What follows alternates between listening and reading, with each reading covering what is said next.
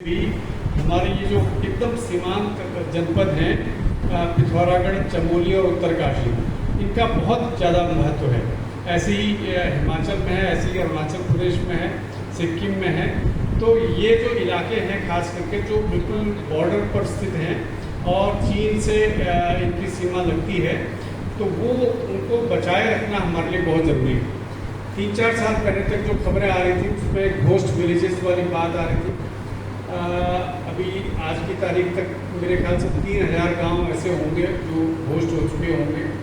1700 गांव की लिस्ट तो बहुत पहले जो योजना आयोग है उत्तराखंड का उसने बताया था, कई मेरे ख्याल से 10-15 साल पहले 1700 गाँव की लिस्ट उन्होंने जारी की थी जो घोस्ट हो गए। और उसके बाद जो है ये कहा गया था कि 3000 गाँव ऐसे हैं जो आधा, जिसमें जो है 2-4 परिवार या 1-2 परिवार रहते हैं, ऐसे गांव बच गए।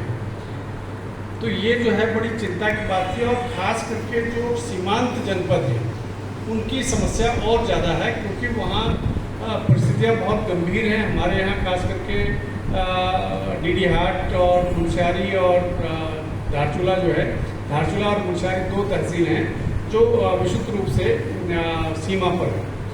तो वहाँ जो है चूँकि वहाँ के लोगों को एसटी का दर्जा मिल गया, और एसटी का दर्जा मिलने से सभी लोग जो है नौकरियों में आ गए और संपन्न लोग थे। ऐसा नहीं कि वो वास्तव में बहुत गरीब लोग हों। हमारे यहाँ के भोटिया और शौका लोग जो है आर्थिक तौर पर समृद्ध संपन्न लोग रहे हैं, क्योंकि उनका तिब्बत से व्यापार चलता था।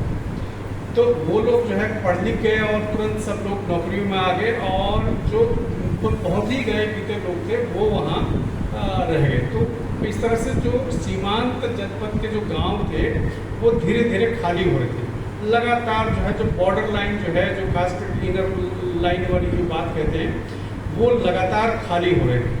और क्योंकि एक तो यात्रा के साधन नहीं है, सड़क नहीं है, स्कूल नहीं है, हॉस्पिटल नहीं है, रोज़गार नहीं है, और रोज़गार के नाम पर लोग जो लड़के अभी खास करके कुछ सालों से कीड़ा जड़ी ढूंढने में लग गए।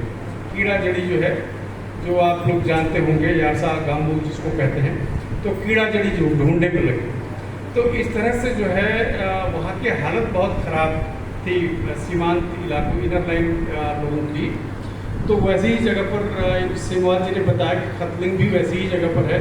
चमोली और उत्तरकाशी के बहुत बड़ी संख्या में लोग वो इलाके जो है उस तरह की सीमा में आते हैं।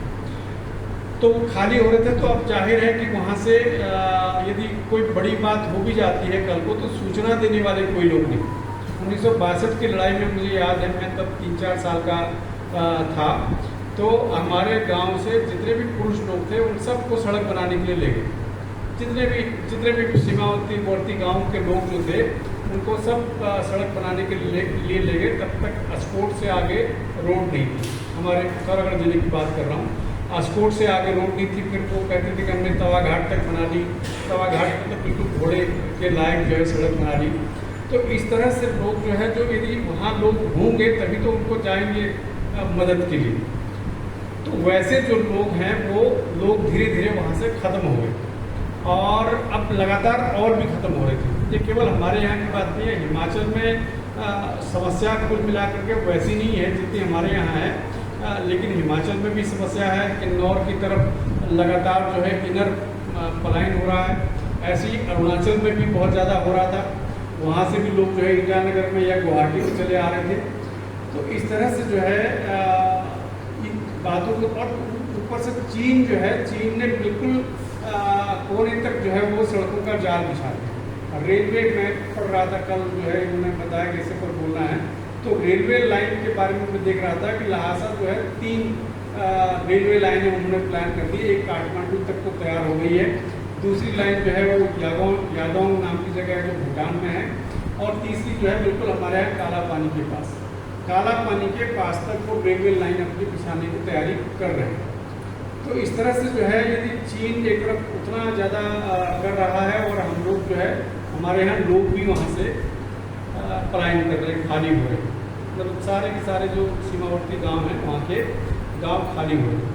तो इधर जो है हमारी सरकारें जागी, और 2005 के बाद लगातार कोशिशें हो रही हैं, और अब जो है 2005 के बाद जो है लगभग 10,000 किलोमीटर सड़क जो है अब बन गई। सड़क जो खास करके मैं इसलिए कह रहा हूँ क्योंकि अभी पिछले साल जब मोदी जी आदि कैलाश और ओम पर्वत की यात्रा पर गए तो उसके बाद से उस इलाके का जो सामाजिक तंत्र है, आर्थिक तंत्र है, वो बदल रहा है। इसी बीच पिछले कुछ समय पहले जो है मेरे परिवार के लोग गए आदि कैलाश और ओम पर्वत की यात्रा पर, तो उन्होंने बताया कि अब वहाँ रहने के लिए बड़ी मुश्किल होती है और पीजी जो है वो जो होम स्टे वाला मामला है, होम स्टे बहुत महंगे मिल रहे हैं और लोग नहीं है, और जो लोग हैं तो बहुत पैसा ले रहे हैं। यानी कि लोगों को अब रोजगार मिलने लगा है। यदि रोजगार मिलेगा तो लोग वहाँ रुकेंगे, और चूँकि भोटिया लोग वैसे भी व्यापारिक प्रवृत्ति के लोग रहे हैं तो वो मेरे ख्याल से उन इलाकों को आबाद हो जाएगा।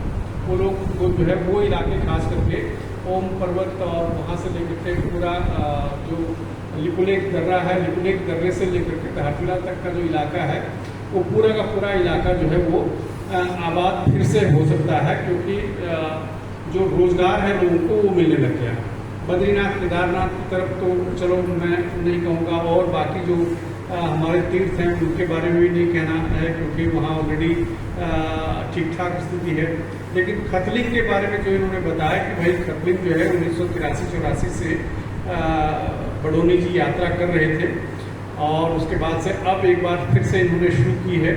तो खतलिंग भी उसी तरह से जैसे आदि कैलाश का इलाका डेवलप हो रहा है, वैसे ही जो है खतलिंग का भी इलाका विकसित हो सकता है, डेवलप हो सकता है। तो वहाँ भी यदि इस तरह की कोशिशें की जाएं, और वास्तव में प्रधानमंत्री का रोल बहुत ज़्यादा होता है। प्रधानमंत्री सिर्फ गए और धामी जी कहते कि मैंने उनसे कहा, रिक्वेस्ट की कि आप आ जाइए एक बार हमारे इलाके में। केदारखंड तो फिर भी विकसित है तीर्थाटन की दृष्टि से, लेकिन मानस खंड जो है वो विकसित नहीं हो पाया है। तो इसलिए जो है वो जो है वो इलाका भी आप देख जाइए तो उन्होंने सिर्फ वहाँ गए और पूजा की और उससे और सड़क खोद दी गई उसके बाद से, और उसके बाद से भीड़ जो है वो जुड़ गई वहाँ के लिए। बड़े पैमाने पर जो है लोग वहाँ जा रहे हैं। तो खतलिंग के साथ भी यदि ऐसा होता है, और इस इलाके के और बहुत सारे तीर्थ हमारे हैं जिनके बारे में लोग नहीं जानते हैं, जहाँ लोग नहीं जाते हैं, तो यदि वैसा हो जाए तो मुझे लगता है कि निश्चित रूप से आने वाले दिनों में ये इलाके फिर से आबाद हो पाएंगे। तो अब असली समस्या उसमें ये आ रही है कि सड़क जो है चौड़ी की जा रही है, सड़कों का चौड़ीकरण हो रहा है, लेकिन चौड़ीकरण की वजह से अब समस्या दूसरी तरफ ये हो रही है कि लैंडस्लाइड हो रहे हैं, बड़े पैमाने पर भूस्खलन हो रहे हैं, और जो विकास और पर्यावरण जो है दोनों आपस में टकरा रहे हैं। तो ये कैसे इसका समाधान निकाला जाए, ये एक बड़ी भारी समस्या है। फिलहाल तो जो सबसे बड़ी चुनौती थी वो तो यही थी कि लोगों को वहाँ रोकना। यदि रोजगार हो जाए, रोज बरोज कुछ न कुछ लोगों को मिल जाए तो वो लोग टिक जाएंगे। सड़क न भी होगी तो भी यदि रोजगार उनके पास है तो मेरे ख्याल से वो टिक जाएंगे, क्योंकि हमारे पूर्वज भी बिना सड़क के ही वहाँ रहे। तो इसलिए जो है मुझे लगता है कि यदि इन इलाकों का विकास ठीक से होता है, रोजगार ठीक से लोगों को मिलता है, तो आने वाले दिनों में हमारे जो पहाड़ हैं, जो खास करके बिल्कुल सीमा से लगे हुए इलाके हैं, वो बच जाएंगे, और वहाँ जो है हिमालय की आवाज़ उठाने वाले लोग कुछ न कुछ लोग हमको दिखाई पड़े।